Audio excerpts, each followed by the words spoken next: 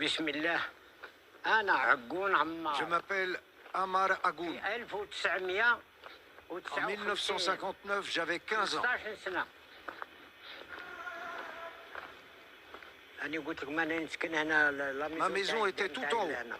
كي بداو الطيار يدوروا هبطت مع Quand les الشباب avions من sont هيك. arrivés, j'ai fui le hameau. ضربتني الكوبتير. L'hélicoptère m'a tiré dessus.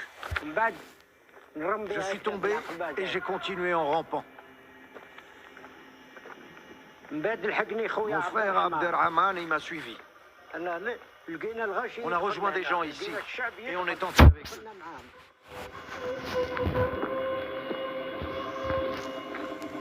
La grotte du château était un refuge pour l'armée de libération. Elle a été découverte et l'armée française a envoyé toutes ses forces. Ils ont ramené les gaz toxiques par hélicoptère. Une fumée bien noire est entrée. Très noire. On l'a respirée et on a commencé à tousser. On avait de la bave verte au coin des lèvres et on est tombés les uns après les autres.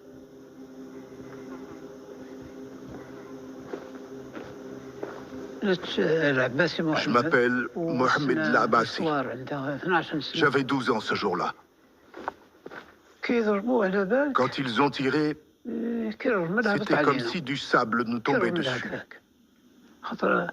Les gens ont commencé à tousser, à crier, à pleurer. On ne comprenait plus rien. On n'entendait plus rien, on ne voyait plus rien. Mon oncle criait et mon père lui disait « Aïssa, récite la shahada ». Mon oncle a étouffé et il est mort sur place. Il a crié « Silence ». Les mots de Ammar Agoun et Mohamed Labassi résonnent jusqu'à nous pour briser un secret. Il était enfoui depuis plus de 60 ans.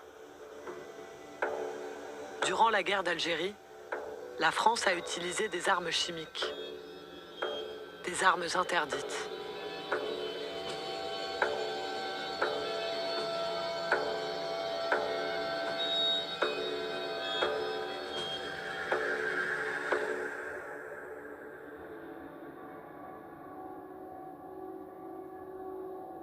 L'horreur de ces fumées toxiques est gravée dans notre mémoire depuis la Première Guerre mondiale.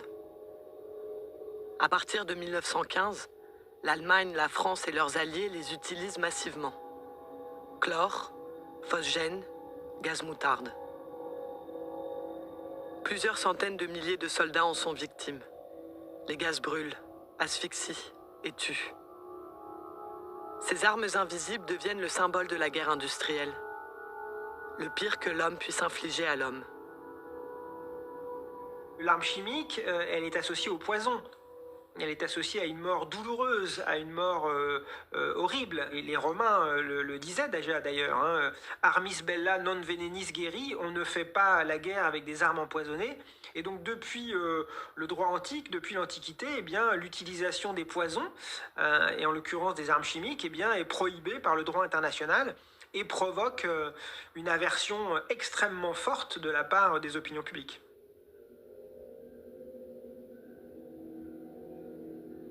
Avant la fin de la Grande Guerre, le Comité international de la Croix-Rouge s'en fait l'écho. Il exhorte les belligérants à cesser une innovation barbare. En 1925, les armes chimiques sont interdites. Elles sont condamnées, lit-on dans ce protocole de Genève, par l'opinion générale du monde civilisé.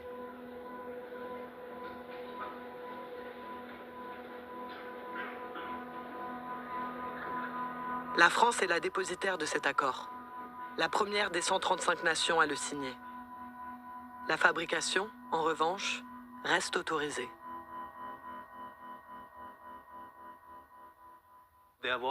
Comme il y avait un risque que d'autres pays acquièrent des armes chimiques, certains ont exigé le droit à la riposte.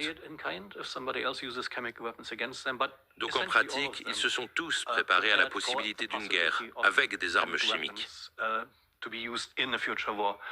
Les États-Unis, la Grande-Bretagne et l'Union soviétique, avec le soutien de l'Allemagne, avaient de vastes programmes. La France aussi avait un programme, comme la plupart des pays européens. Plus ils étaient grands, plus ils avaient de moyens. La France est restée très discrète sur ce qu'elle faisait dans ce domaine. Il y a moins d'informations publiques disponibles et c'est valable pour d'autres pays. Donc, officiellement, les armes chimiques sont interdites. Il n'existe aucune mention nulle part de leur usage par la France après les années 1920. Sur la guerre d'Algérie, c'est le silence. Aucun militaire ou homme politique n'a accepté de le commenter, sauf un, Alain Richard, ancien ministre de la Défense. Je ne vois pas, au cours du demi-siècle qui a précédé, les situations dans lesquelles la France aurait utilisé en conflit les armes chimiques. Je pense que chaque pays a des difficultés à assumer des éléments choquants ou critiquables de son passé et que nous n'échappons pas à ça, oui. Face au malaise institutionnel, il reste les traces écrites.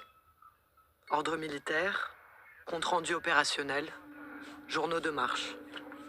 Ils sont là, conservés dans les archives publiques françaises.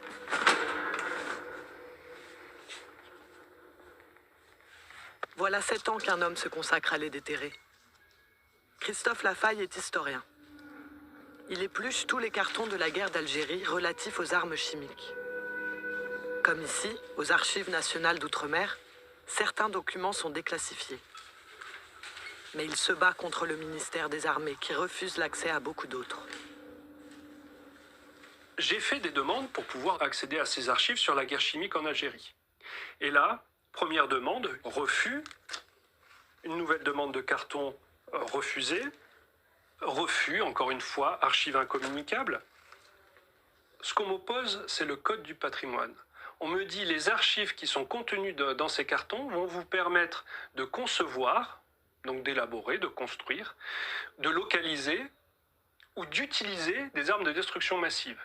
Comme si dans des archives qui sont par exemple le journal de bord d'une unité, on allait trouver le plan d'une arme chimique, on allait trouver un manuel d'emploi qui explique comment il faut utiliser cette arme chimique, etc.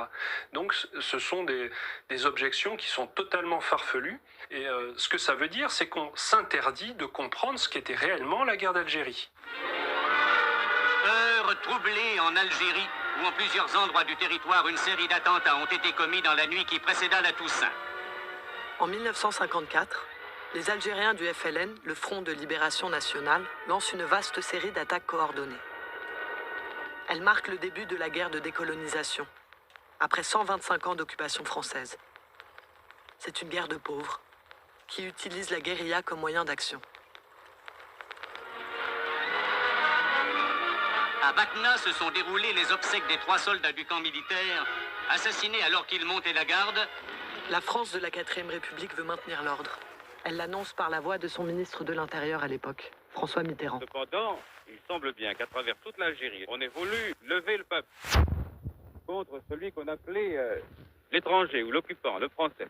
Et il faut que les populations comprennent qu'elles doivent nous aider, ou bien qu'elles s'exposent par la force des choses et malgré notre volonté à souffrir davantage. Il est donc de notre devoir à nous de faire peser la force, de l'ordre, de la France, de la concorde entre les citoyens.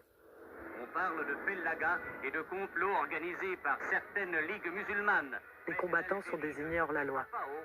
La France veut garder l'Algérie à tout prix. On peut croire que le calme sera vite rétabli.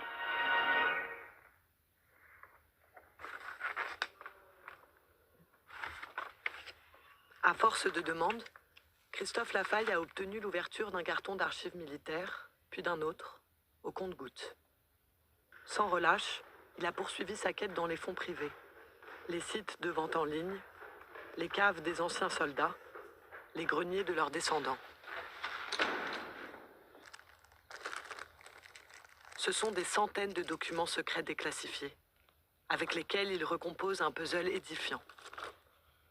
Il y a ce courrier le 21 mai 1956, 2 ans après le début de la guerre. Le commandant des forces armées en Algérie, nommé 10e région militaire, s'adresse au secrétaire d'État de l'armée de terre. Objet. Utilisation des moyens chimiques. Le colonel des armes spéciales m'a rendu visite. Il m'a annoncé qu'il avait obtenu votre accord de principe relatif à l'utilisation des moyens chimiques en Algérie. Selon l'opinion du ministre résident, j'ai l'honneur de vous rendre compte de ce que cette haute autorité vient de me faire tenir son accord à ce sujet. Le gouvernement français vient d'autoriser l'usage des armes chimiques. L'armée s'inquiète de savoir comment combattre son ennemi dans les refuges montagneux, nombreux en Algérie. 3 mois plus tard, l'état-major fait un premier bilan. Étude de la politique générale d'emploi des armes chimiques en Algérie. Infection des grottes. L'infection par grenade est possible. Les résultats des essais en cours et bientôt terminés permettront de définir le produit à utiliser. Stock ancien de chloracétophénone, chandelles sternutatoires. Ce sont des stocks hérités de la Première Guerre mondiale. Plaquettes incendiaires. La production en grande quantité ne pose pas de problème particulier. Derrière ces documents, on trouve vraiment la réflexion scientifique à base d'expérimentation, de validation de l'expérience et de mise en œuvre sur le terrain. Donc là, vraiment, on est sur une politique qui est pensée, qui est réfléchie, qui est expérimentée et qui est ensuite généralisée. 6 mois plus tard, l'état-major passe à l'action. Un ordre est envoyé de Paris. Création d'une unité arme spéciale en 10e région militaire. Cette batterie sera entretenue en personnel appelé.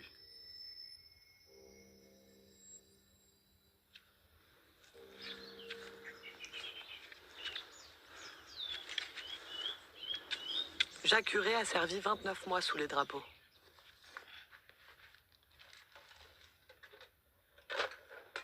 Pâtissier de son état, il espérait aller aux cuisines.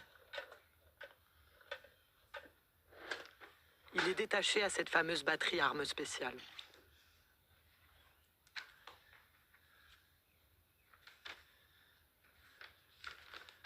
Là, au cours de mon séjour, j'avais acheté une carte où j'ai marqué tous les endroits où je suis passé. Alors en Algérie, on était là pour traiter les grottes. Les traités.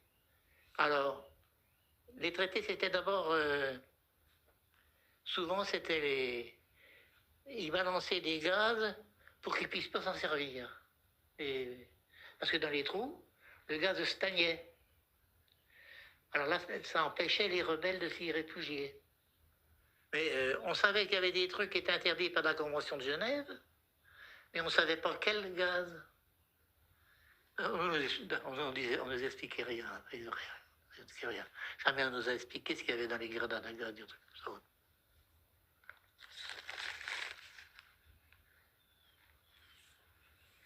Ça, c'est la batterie armes spéciales. Ça, c'est en opération à Safsaf. Les sections partaient chacun à leur tour. Et des hélicoptères qui nous emmenaient sur une opération. Quand on part en opération, il y a un sous-officier de carrière, 1 ou 2, et le reste, c'était des sous-officiers comme moi, et puis des troufions. Mais des engagés, il n'y en avait pratiquement pas, on n'était que des appelés. Ça, c'est une grotte qu'on a fouillée, qui servait d'hôpital militaire aux rebelles. Ça, c'est quand on chargeait les PIM. Les PIM, c'était des prisonniers. Et c'était eux qui portaient notre matériel. Mais quand on était équipé, on avait un casque léger. Allez voir comment on était équipé. On n'avait rien. Et les masques à gaz. On avait juste les masques à gaz.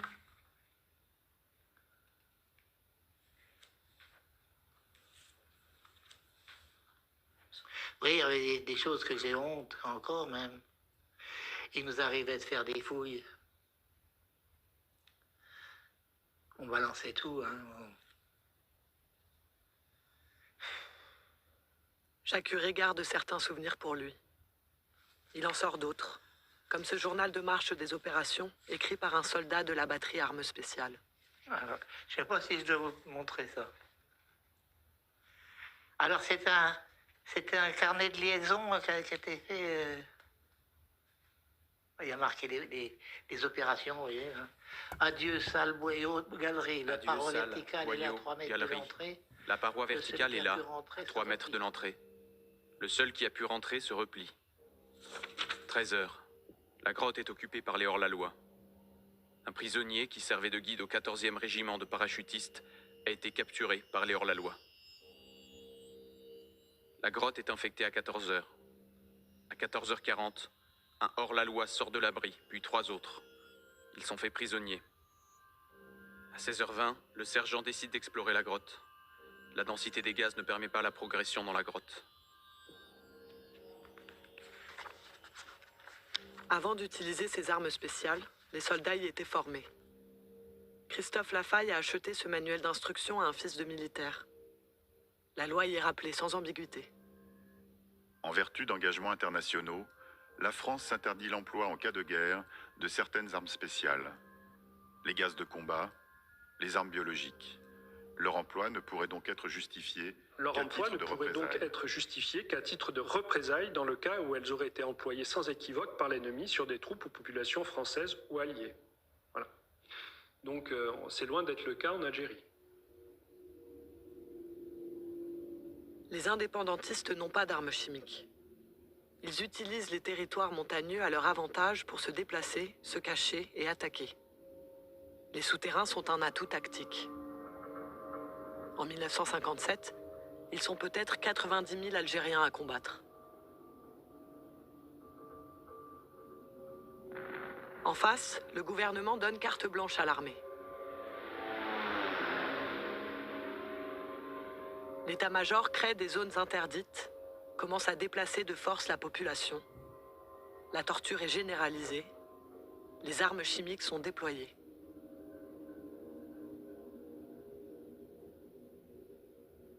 Très rapidement, en fait, c'est plus d'une centaine d'unités qui vont être créées partout en Algérie et qui vont utiliser ces moyens chimiques.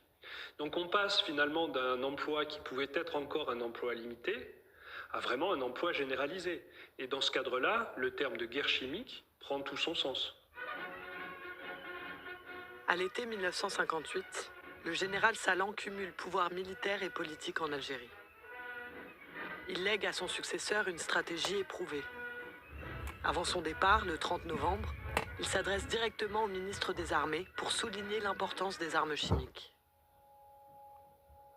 Utilisation des armes spéciales pour le maintien de l'ordre en Algérie. L'emploi des armes spéciales pour interdire l'usage de lieux souterrains par les hors-la-loi n'a cessé de se généraliser en raison de son efficacité. Il a été décidé de doter toutes les troupes opérationnelles d'éléments aptes à remplir les missions spéciales. Il existe 70 équipes de bataillons, plus 26 équipes, plus 12, plus 11. Le général Salan crée des sections armes spéciales sur tout le territoire. À la batterie armes spéciales, 3 équipes, plus 4 équipes, plus 7, plus 4.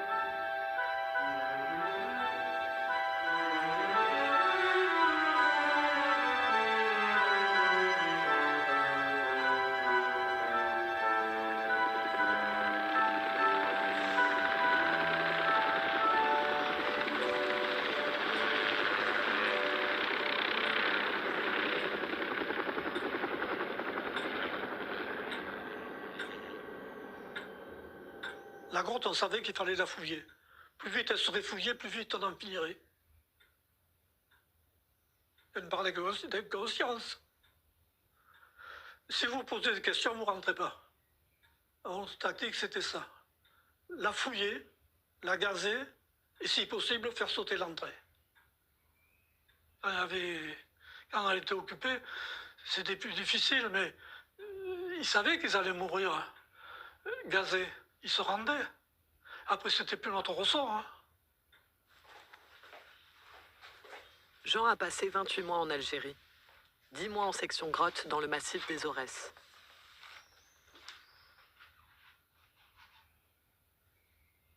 Vous voyez, c'est ma petite valise de souvenirs qui a fait la campagne d'Algérie comme moi. Alors, c'est le recueil des photos que j'ai pu récupérer. Toutes les photos que j'ai eu l'occasion de prendre en opération, elles m'ont été confisqués. On m'a jamais donné d'explication. Les seuls que j'ai se trouvent à cette page. La pellicule était dans l'appareil. Personne ne m'a rien demandé. Voilà l'hélicoptère qui s'en va. Nous arrivons à la section armes spéciales. C'est là qu'on nous a appris le spécial de la section, c'était les gaz. La section grotte en tenue de parade. Là, après embarqué. Seulement la première fois qu'on s'est servi de ces gaz, on s'est retrouvé avec des brûlures partout où on transpirait. Alors on a protesté, et c'est là qu'on nous a fourni des combinaisons étanches. J'ai jamais su la composition de ces gaz.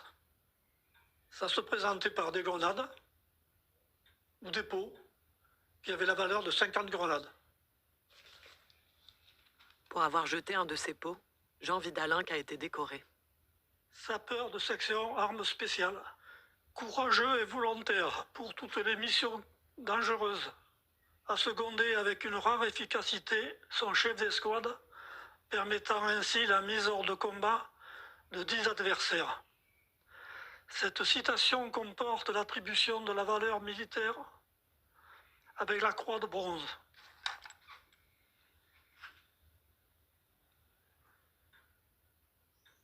En rentrant en Algérie, nous avons été nombreux à ne plus vouloir en entendre parler. C'est fini. D'ailleurs, personne ne nous a rien demandé. Ça a été un mutisme total. Je me suis pas endormi une fois, en 60 ans, sans me passer la guerre d'Algérie.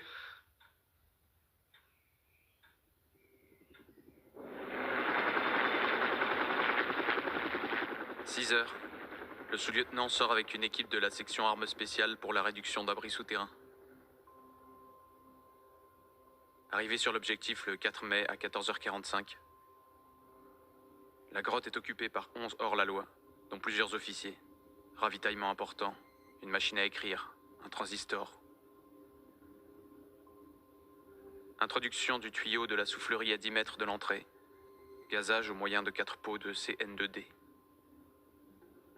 À 15h15, dégagement de l'entrée obstruée par la section grotte du génie et brassage de l'air gazé par la soufflerie. 15h30, pénétration dans la grotte par le boyau d'entrée, jusqu'à la fourche située à 8 mètres de l'entrée.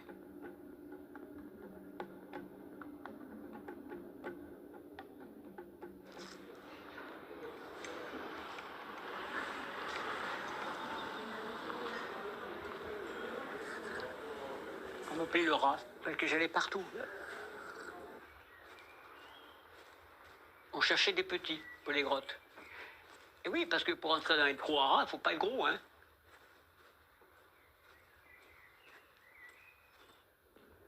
Mais j'étais volontaire après, hein. Est-ce que tu es au commando? Voilà, ben oui. Le commando, c'est pas facile, hein. De temps en temps, ici, ils font du nettoyage. Il y a certaines odeurs qui me rappellent ce gaz. Armand Casanova s'est engagé à 18 ans. Il est resté 2 ans et 3 mois en section armes spéciales, au rythme de 2 à 3 opérations de grotte par mois.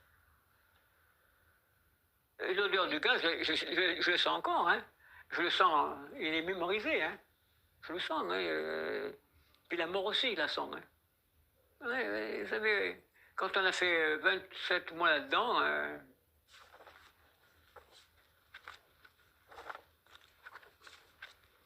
ça c'est la section du commando, la section en son complet.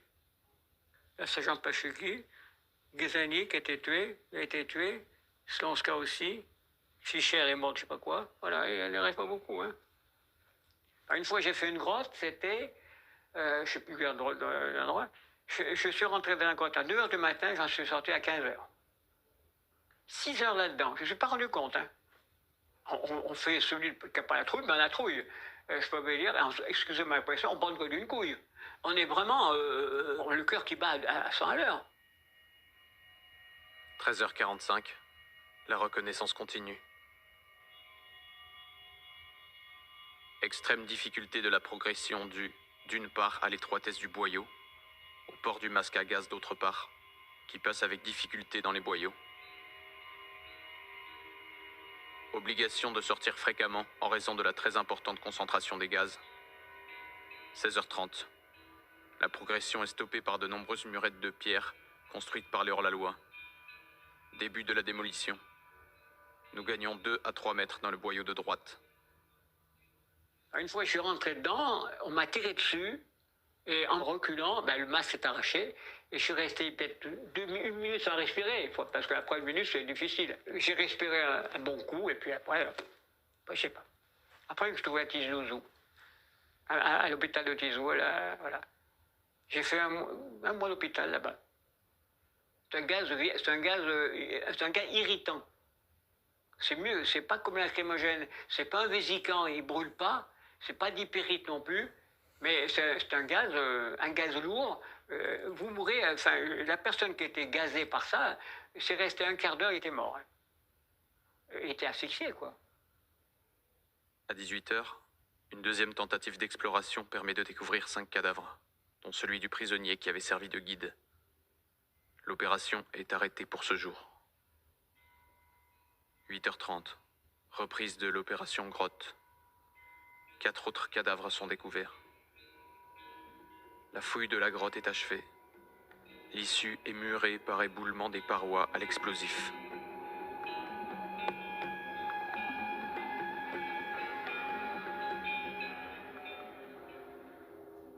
C'est des gaz qui étaient assez lourds, qui s'accrochaient aux parois. C'est comme de la poussière sur les murs. Si vous bougez, ça se répartit dans la grotte. Elles sont inutilisables pendant au moins 10 ans, 12 ans. Ce gaz porte un nom, CN2D. Christophe Lafaille en a retrouvé la trace dans les archives militaires. Les munitions portaient un code de couleur selon les mélanges qu'elles contenaient et les quantités, de 70 grammes à 5 kilos. Grenade, CN2D, 160 grammes, gris, ceinture verte et violette. Chandelle, 5000 grammes, CN2D, violet dans macaron violet. Roquette, chloracétophénone plus diphénylaminochlorarcine.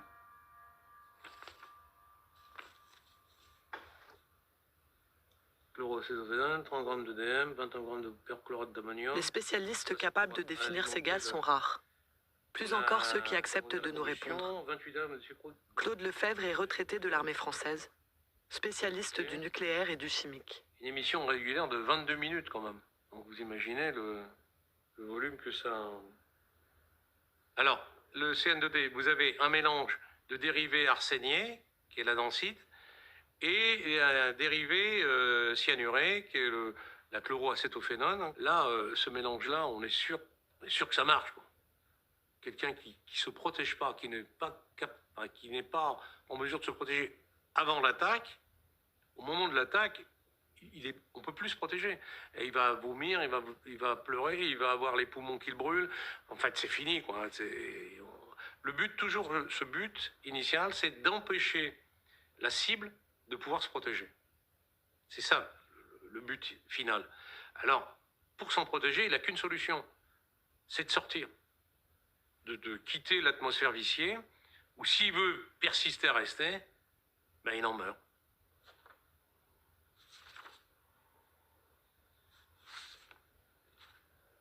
Le fait de contaminer les parois interdit le fait qu'on puisse y retourner. En fait. Voilà. Alors maintenant, le laps de temps, tout dépend de la densité initiale d'utilisation. C'est-à-dire en fait, je vais vous dire, c'était la mode empirique, artisanale, on en cramait un maximum pour être sûr de l'effet.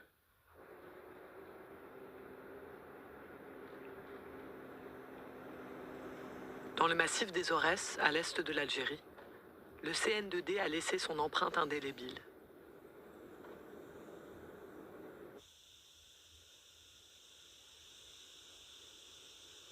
Ici, les 22 et 23 mars 1959, l'armée française a gazé plus de 150 villageois réfugiés dans la grotte de Ouchatour. Seuls les plus jeunes ont survécu.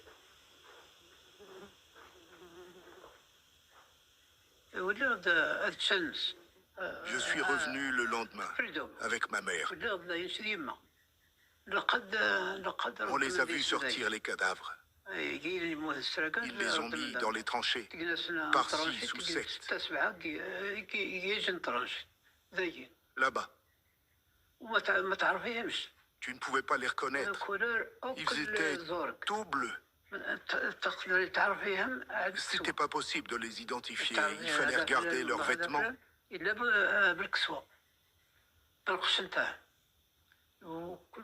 corps étaient tout ronflés.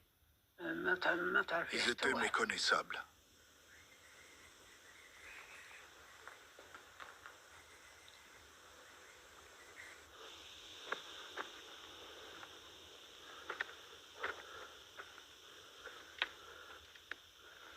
Le lendemain, je suis venu avec ma mère pour récupérer mon frère. Il était vivant. Alors, des gens nous ont aidés à le transporter. On l'a fait monter sur la mule. Ma mère la guidait.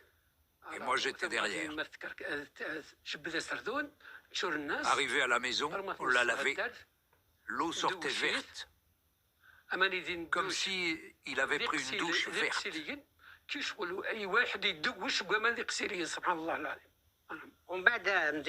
vais te dire comment nous, les 6, on a survécu. On a uriné dans des pots. Après chaque tir, on enlevait nos chemises et on les trempait dans l'urine pour protéger nos visages. C'est pour ça que les gaz toxiques n'ont pas eu d'effet sur nous. Nous, on était jeunes. Alors les Français, ils nous ont laissés partir et ils se sont retirés. Quand on est arrivé à 500 mètres, ils ont fait exploser la grotte. Écoute, 118 personnes ont été tuées dans la grotte. Lorsqu'on est retourné, on entendait les lamentations des femmes partout.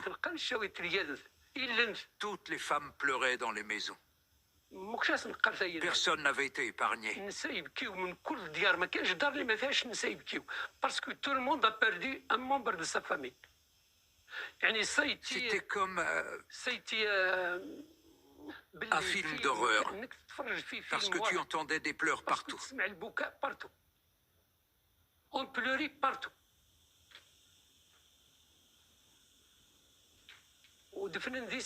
Les morts sont restés là jusqu'à l'indépendance. Les autorités sont venues. Avec les villageois, ils ont sorti les cadavres pour les enterrer dans un même cimetière.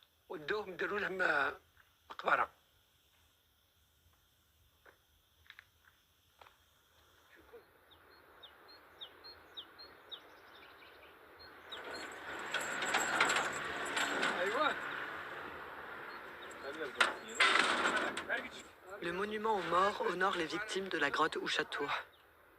La mémoire de la Révolution, comme les Algériens nomment la guerre d'indépendance, constelle le territoire. C'est une fierté nationale.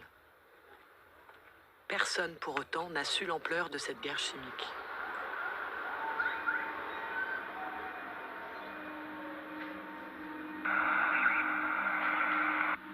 En 1959, 2 millions d'Algériens sont déplacés de force. L'armée française lance de gigantesques opérations pour détruire les derniers sanctuaires de l'armée de libération nationale. C'est le plan Chal. Il rationalise 5 ans de tactique militaire, dont l'emploi des armes chimiques. Le général commandant en chef des forces en Algérie a prescrit une réorganisation des armes spéciales. Les sections grottes sont un atout capital pour le général Chal. Chaque section est composée d'un groupe de commandement et de 3 équipes semblables de traitement. Son effectif est de 38. Le général commandant en chef, attachant personnellement une importance particulière à la formation des sections armes spéciales de zone, en appelle à l'attention des généraux. Général d'armée aérienne, Maurice Chal. Il systématise l'usage du chimique. Même les grottes inoccupées sont gazées pour empêcher toute utilisation. Chaque grotte traitée fera l'objet d'une fiche de renseignement détaillée établie par le secteur intéressé.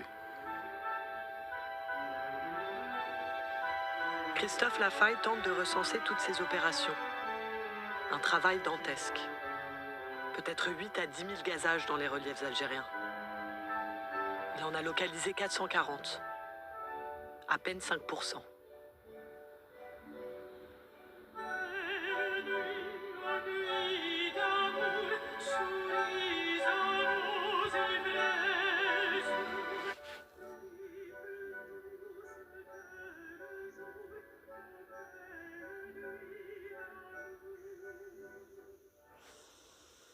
Le plan Chal est arrivé dans les montagnes de Kabylie à l'été 1959.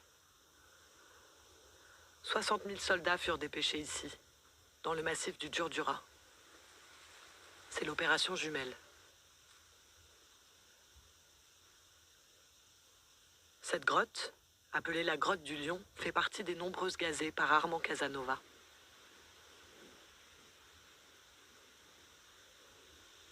Ould Zawache Latamen était en face. Il a combattu 4 ans avec l'armée de libération nationale.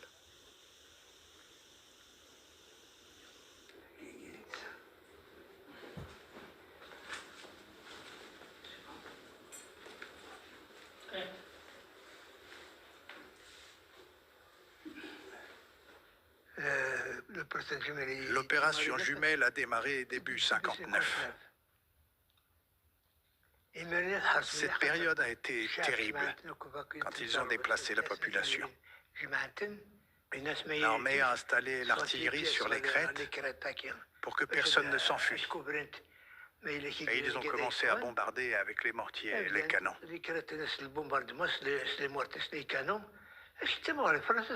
La France a utilisé tout ce qu'elle avait en sa possession. Tout.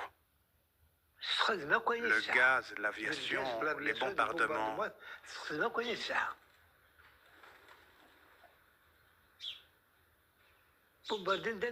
Nous, on regardait depuis la montagne. On pensait que tout le monde avait été assassiné. Les villages étaient détruits. On voyait que de la fumée. Moi, j'allais au ravitaillement dans les villages. Les villageois nous ont beaucoup aidés. Les femmes, surtout. Elles ont caché les blessés, ramené du ravitaillement, fait passer des courriers. Les femmes ont beaucoup souffert. J'ai été blessé à la main. J'ai pris une balle là.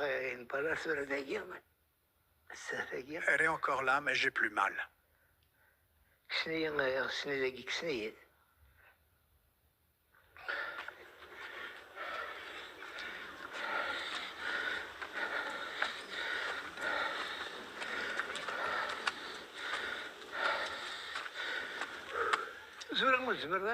Encore aujourd'hui, on ne peut pas tout raconter.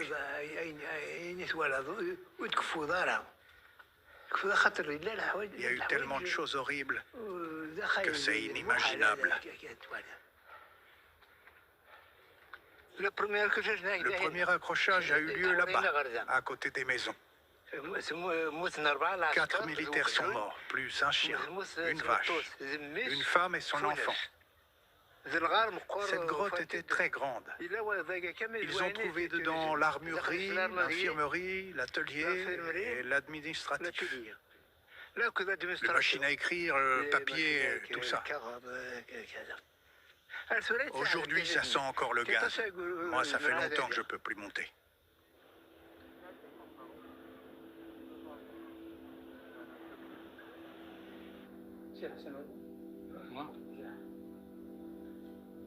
Cette mémoire de la guerre se perdrait sans les descendants qui la transmettent. Mohamed est le fils d'un ancien combattant tué au combat en 1960. Il recueille la parole de ses derniers camarades d'armes, du village d'Aït Mislayn.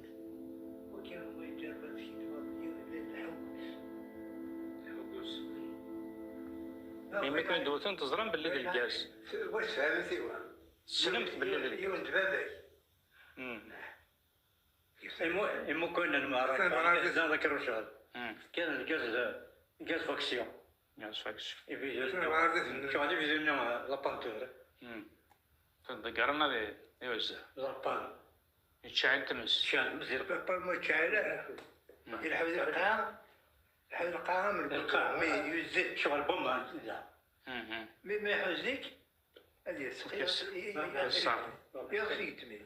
Moi, je voyais ces gaz comme... Bon, je suis un enfant, je regarde... Ça, c'est de la rétrospective, c'est-à-dire, on m'a raconté, on m'a parlé de ces gaz. Aujourd'hui même, il y a ceux qui nous disent que ça sent encore, tu peux larmoyer, tu peux éternuer, tu ne peux pas rentrer dans certaines grottes. Aujourd'hui même. Moi, je voyais comme une politique de terre brûlée. C'est-à-dire que la France avait perdu la guerre, politiquement parlant, et il fallait détruire le plus possible.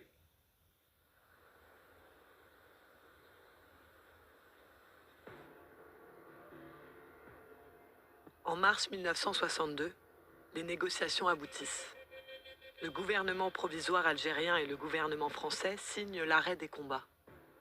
Avec les accords d'Évian, ils entérinent la fin de 8 ans de guerre. La conclusion du cessez-le-feu en Algérie. Les dispositions adoptées satisfont la raison de la France. Dans le plus grand secret, un autre accord est passé à Évian. L'armée utilisait depuis les années 30 le territoire algérien pour tester toutes ses munitions spéciales, nucléaires, biologiques et chimiques. Le général de Gaulle tient à continuer. B2 Namous, la base réservée aux chimiques et aux biologiques, est conservée par la France. B2 Namous, c'est au Sahara. Et au Sahara, comme on le sait, il n'y a pas beaucoup d'habitants. Et les expérimentations de la France à B2 Namous ne gênaient pas du tout l'Algérie. Au contraire, je dirais au contraire parce que ça apportait autour de B2 Namous une certaine activité qui a disparu complètement quand nous avons fermé le centre. Si Pierre Mesper n'avait pas été ancien Premier ministre, je pense qu'il aurait été sous le coup de la violation du secret défense, puisqu'il a révélé ce que beaucoup de gens savaient à propos du programme militaire chimique français, et notamment en Algérie. Mais cette base a continué à fonctionner bien après l'indépendance algérienne.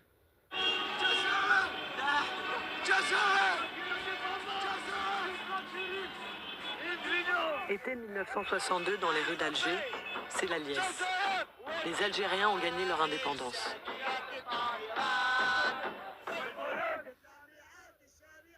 L'armée française se retire. Les sections armes spéciales sont dissoutes. Les anciens combattants se murent dans le silence. Les archives sont classifiées. Il faut attendre la fin de la guerre froide pour un désarmement mondial. La plupart des États vont s'accorder ici, à Paris, en 1993, pour interdire définitivement les armes chimiques, même leur fabrication. L'initiative vient de la France, à la demande du président de la République, François Mitterrand.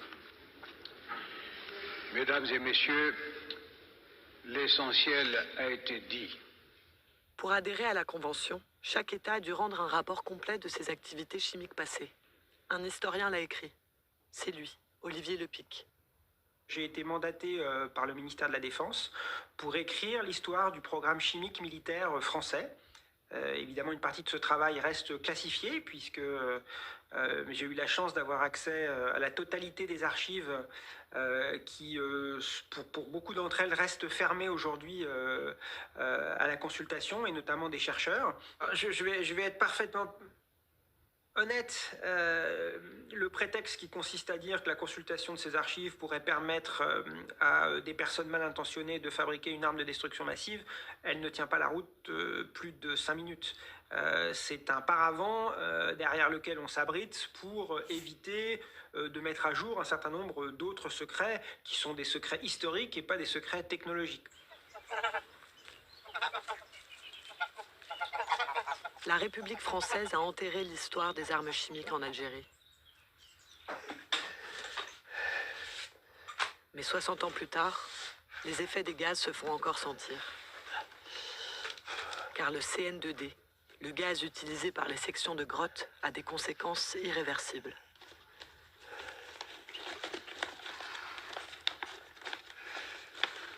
Je m'appelle Carnino Yves, Je suis né à Belfort. Je suis issu d'une famille de militaires.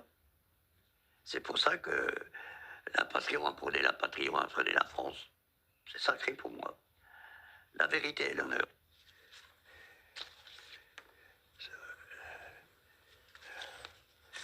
Indochine. Ah ben, en Algérie, j'ai servi pendant 4 ans. Ça c'est la section grotte, hein, ça. Les gars, j'avais. Et cette grotte, on est tombé, là, il y en a un qu'on a foutu en l'air, qui a pris une balle dans la tête, d'ailleurs. J'ai employé 3 pots de gaz, 15 000 mètres cubes. Ils ont brûlé les mecs qui étaient dedans. Il y a des choses dures, là, hein.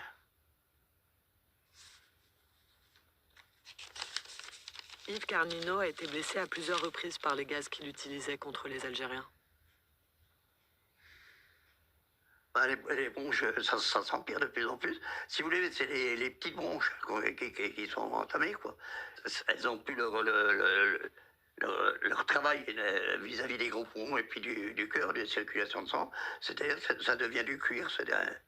Sur le 2000 à 2500 que je connais, moi, que je sais, qu'on passait dans les grottes, il n'y a pas beaucoup de personnes qui ont pu parler.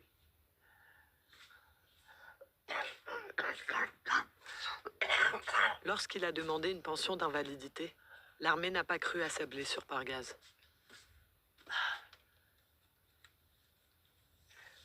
J'ai eu le dossier il n'y a pas longtemps dans les mains. C'est toute la procédure administrative juridique.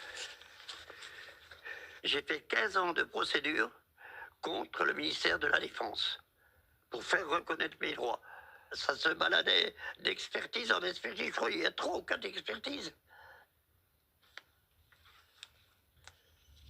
Le ministère de la Défense, pour eux, c'était pas reconnu. Bien sûr, ils ne connaissaient pas les gaz. J'étais un monteur, on n'employait pas les gaz. Les fonctionnaires, les responsables qui sont au ministère de la Défense ne peuvent pas le comprendre, puis c'est confidentiel défense. Les munitions que nous avions, les caisses de munitions, le travail qu'on faisait, c'était en confidentiel d'État. Yves Carnino a réuni des témoignages et des archives. Enfin, le ministère a reconnu qu'il avait été gazé au combat. Une brèche a été ouverte. Là-dedans, c'est tous des gens qui étaient comme moi. Hein? On l'a tué par des gaz. Et ça me suit encore maintenant, ça.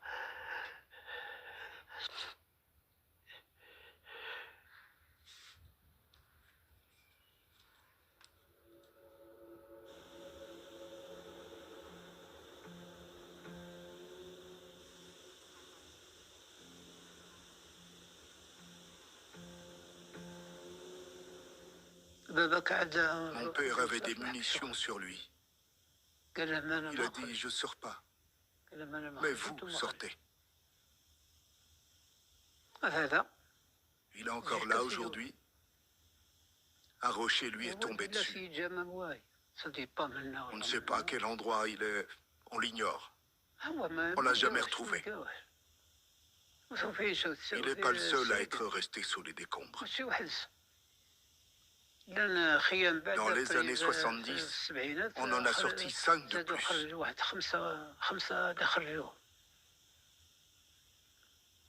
Lui, il est toujours là. Mon frère est mort sur place. Il est toujours à l'intérieur. Il y a environ une vingtaine de corps qu'on n'a pas réussi à sortir. Regarde l'état de la grotte. Elle est complètement effondrée. Mon frère fait partie de cela. Aujourd'hui, il ne reste que les os.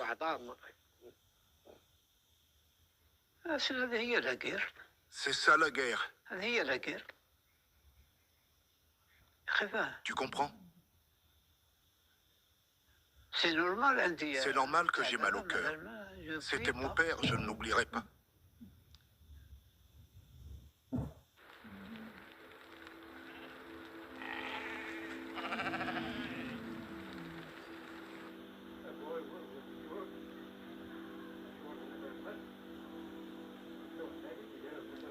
qui s'est passé, on ne pouvait pas le réparer. Seulement, ce qu'on souhaite aujourd'hui, c'est qu'il y ait un apaisement, qu'on regarde les choses d'une façon un peu plus sagement, reconnaître ses crimes. Il faut reconnaître ses crimes. Les reconnaître, c'est déjà un pas en avant.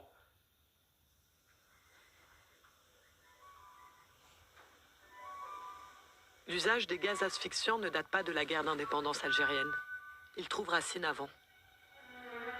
En 1845, lors des débuts de la colonisation, les Algériens se réfugièrent dans les grottes. Les soldats français utilisèrent les fumées toxiques pour les déloger.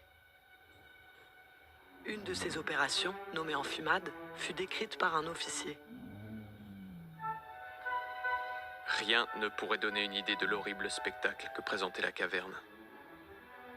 Tous les cadavres étaient nus, dans des positions qui indiquaient les convulsions qu'ils avaient dû éprouver avant d'expirer. Le sang leur sortait par la bouche. Mais alors le problème était résolu. On n'entendait plus aucun bruit.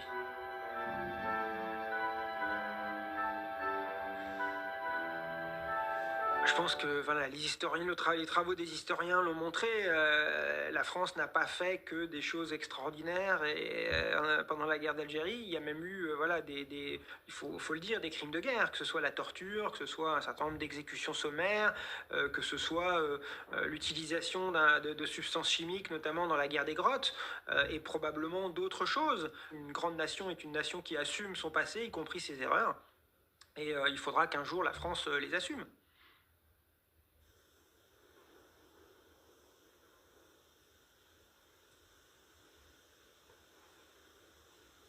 La grotte du Chatou, je lui ai dédié un poème. Le 22 mars 1962, quand ils ont arrêté de combattre. الله يرحم الشهداء على الوطن ماتوا أحرار جزائر يا رمز العروبة ملاويتي من أضرار نصرك ربي وعدت دولة وصبحتي قلعة للأحرار.